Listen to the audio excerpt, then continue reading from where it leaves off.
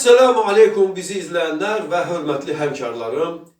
Bir ustanın olmazsa olmaz olan avadanlıqlarından, instrumentlerinden biri vakum cihazıdır. Her bir şeyde bakım gerektiği kimi vakum cihazının da bakımı vardır.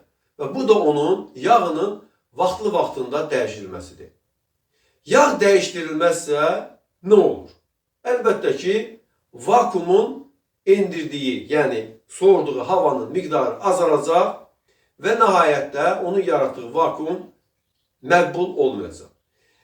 Bir pilləli vakumlarda esasen biz üzerinde 5 pa, yani 5 Pascal seviyesinde bir vakumun yaratıldığını görürük. İki pilləlerde ise bundan təxminən 15 dəfə daha yaxşı bir vakum yaratmaq qabiliyyəti görülməkdədir. Biz bugünkü dersimizde əvvəlcə köhnə yağla, xüsusi manometrlə onun bir dəqiqə ərzində yarattığı deməli vakuma baxacaq. Bundan sonra yağı dəyişəcəyik. Yağı dəyişdikdən sonra isə biz təzə yağla vakumun necə işlədiyini yenidən eyni miqdarda işlətdikdən sonra baxacaq və bundan sonra nəticələri müqayisə edəcək. Hörmətli tamaşaçılar, təxminən bir dəqiqə işlədikdən sonra indi baxırıq və gördüyümüz o ki, vakum deməli kifayət qədər yaxşıdır. Mənfi 104 kilopascal. Biz burada deməli şeyi dəyişirik. Vahidi dəyişirik. Deməli megapascal ilə sıfırdan mənfi, yəni sıfırdan 1000'də 104 megapascal. Bu PCI ilə 15 PCI və bir mənfi, yani bir bar, yani vakumdur. Bu da ise 30 inç.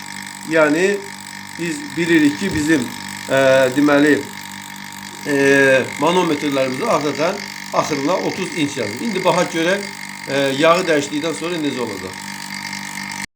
Bəli, deməli gördüyünüz kimi burada vacuum pump oil yazılıb, ISO 68 ve biz de indi köhnə yağı boşaltdıq. İndi isə xüsusi deşikdən yağı demək onun içərisinə tökəcəyik. O vaxta qədər ki orada gördüyünüz kimi orada bir səviyyə var. O səviyyəyə gəlib çatana qədər yağı tökəcəyik.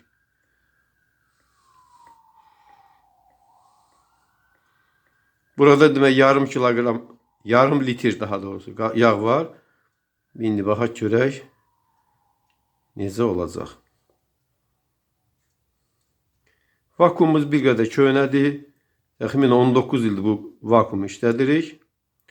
Amma bu heç bir şey deyil. Çünki mən bu vakumu uzun illər işlətməyimə baxmayaraq az işlətmişik. Yəni bu böyük sistemlərdə vakum edilməyib. Burada ancaq kiçik sistemlərdə, split sistemlərdə istifadə olunub. İndi biz pəncərədən baxırıq və görürük ki, hələ yağın miqdarı azdır. Bu səbəbdən bir qədər də əlavə edirik.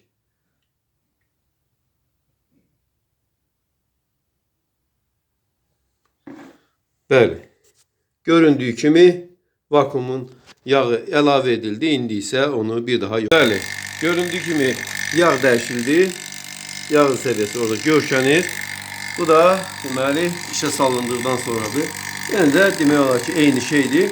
Amma ister eyni şey olsun, ister olmasın, vakumu yağı dəyişilməlidir. Bu səbəbdən mən sizə yəni vakumu yağın dəyişməyini hər ən azı bir ildə, 2 ildə bir dəfə tövsiyə edirəm. Yoxlayacaq. Bəli, hörmətli tamaşaçılar, göründüyü kimi yağı dəyişməyimizə baxmayaraq vakum eyni cür vakumladı.